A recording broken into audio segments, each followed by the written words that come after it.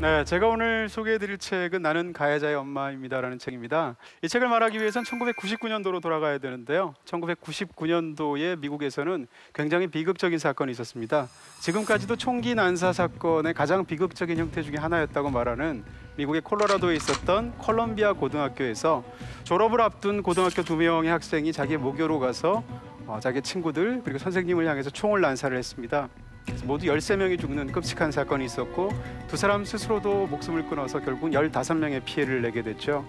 이 사건은 너무나 유명한 그런 총기 난사 사건이고 가장 비극적인 사건이 됐는데요.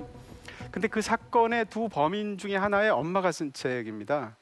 근데 제 친구한테 이렇게 얘기를 했을 때 그 친구가 굉장히 거부감을 보이더라고요. 왜냐하면 우리는 피해자의 목소리에 귀를 기울이는데도 시간이 부족한데 왜 우리가 가해자 측의 유족의 말에까지 귀를 기울여야 하는가? 그런 책을 왜 읽어야 하는가? 이런 이야기를 했었습니다.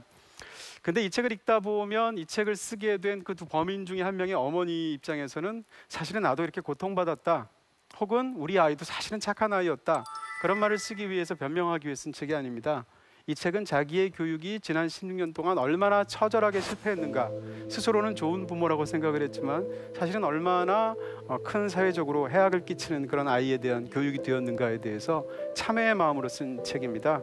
그런 의미에서 우리는 사실은 뭔가를 배울 때 실패로밖에 배울 수밖에 없고 개인으로나 아니면 인류 전체로나 그럴 것입니다.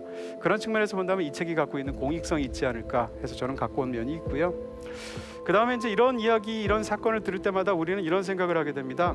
그런 아이는 아마 태어나자마자 악마였을 거야, 아니면 괴물처럼 자랐을 거야 라는 생각을 하게 되고, 심지어는 그런 집안에서 부모는 아이를 학대했거나 아니면 부모 입장에서 그런 아이를 방치했거나 그렇기 때문에 그런 괴물이 나올 거라고 생각합니다.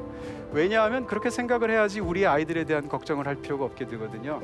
적어도 나는 집에서 아이들을 학대하지는 않으니까, 적어도 우리 아이는 보기 악마 같지는 않으니까. 그렇지만 이 책을 읽으면 굉장히 쇼킹하다는 생각이 들고 충격을 받게 되는데, 그 이유는 이 책 속에 등장하게 되는 저자는 사실은 아이에 대해서 굉장히 좋은 부모였기 때문입니다. 그리고 심지어는 아이조차도 자라는 과정에서 완벽주의적인 성향이 있기 때문에 뭔가 좀 부끄러운 일을 당할 때 심하게 수치심을 느낀다 정도의 특징을 제외하면 오히려 지나치게 평범할 정도의 아이였다는 것입니다.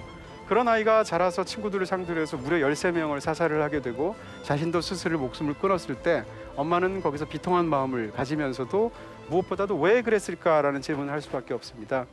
이 책은 그 이후에 16년 동안 어머니가 계속 생각을 합니다. 대체 우리 아이는 왜 그랬을까? 왜 무고한 아이들을 죽였을까라고 생각을 하게 되는데, 어떻게 보면 약간 올드보이에 나오는 최민식 씨가 연기했던 오대수 같은 그런 고민일 것입니다. 자기가 사설 감옥에 들어가게 됐을 때 대체 나를 여기에 집어넣은 사람은 누구일 것인가? 나는 인생에서 어떤 잘못을 했을 것인가를 통째로 복귀하게 되는데, 마찬가지로 이 어머니도 그랬던 거죠.